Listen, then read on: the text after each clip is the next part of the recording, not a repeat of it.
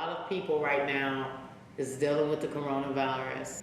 But we wanted you to know at City Gospel Mission and our recovery program that we are going to be dealing with faith over fear and courage over coronavirus. We have a women's participant that's in our women's recovery program. She suffers with some other things, but one of the things she found out is that she thought she had coronavirus. She went to the hospital, they put her in quarantine, they sent her back to us. We were not ready, we were not prepared, we didn't know what to do. But when we thought about it, we thought, what would God do? How would He act? And so we had an opportunity to put God in action. So what we did is we found out from a doctor that works at Crossroad. Her name is Dr. Amy. She walked us through it. She told us what to do and how to do it. And so we quarantined our young lady and we put her in a room, but we didn't want to leave her alone because we already know that isolation can bring termination.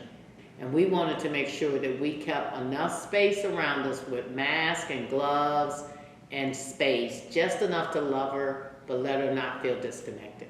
So we took her meals, we went and sung hymns, we prayed with her, we made sure that she knew that she was not in this alone. Because if one person is left alone, we're all left alone. And we know that this coronavirus can make people feel like that, oh my God. But you know what? We realize that we have faith over fear and we have courage over coronavirus. You're going to hear from this young lady also in this video. But one of the things she told us is that, and it reminds me of that scripture, when I was sick, you visit me. When I was hungry, you fed me. When I was isolated, you came and saw about me. And you made sure I had a place to stay. I was fed. But we wanted her to know that she was not going to walk alone with this. This is the one thing she said to me. She said, when I felt lonely and I was looking at maybe a possible disease that everybody else was so afraid about, none of you all left me alone. You all made me feel like I was somebody. And that's what we do here at City Gospel Mission.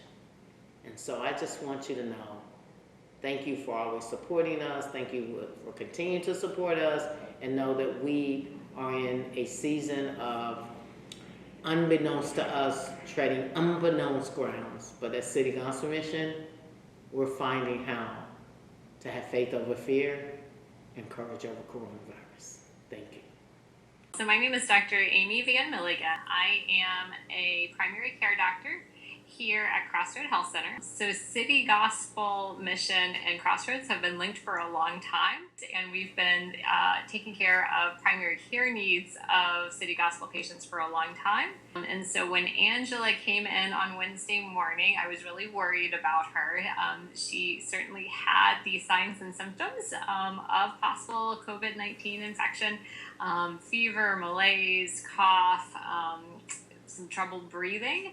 And so after we went ahead and listened to her, took a look at her ears and throat, we're able to go ahead and get into our protective gear, take the necessary swabs, and then send them off to LabCorp. So one of the concerns when it comes to COVID-19 is that most studies show for every infected patient, they will infect 2 to 4 other people. And that is even higher in a group setting or in a setting with folks with a compromised immune system. So it would really be best for her to wear a simple surgical mask, for her to have her own private bedroom, and for her to not eat meals in community with others.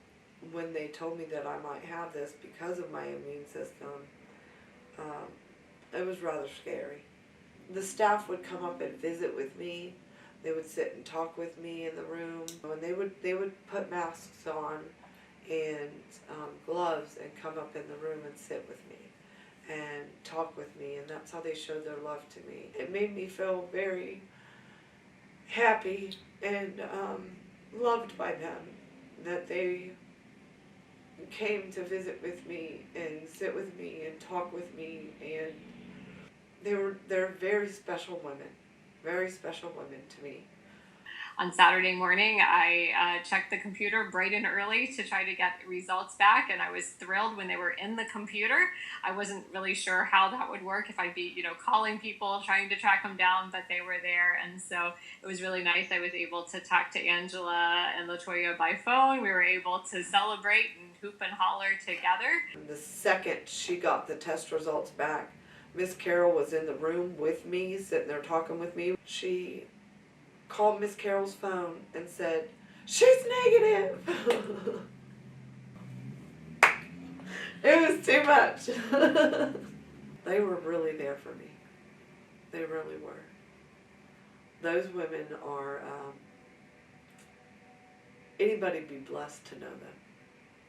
As long as I have him beside me, no matter what happens, I will end up in the right place at all times. Have faith over fear.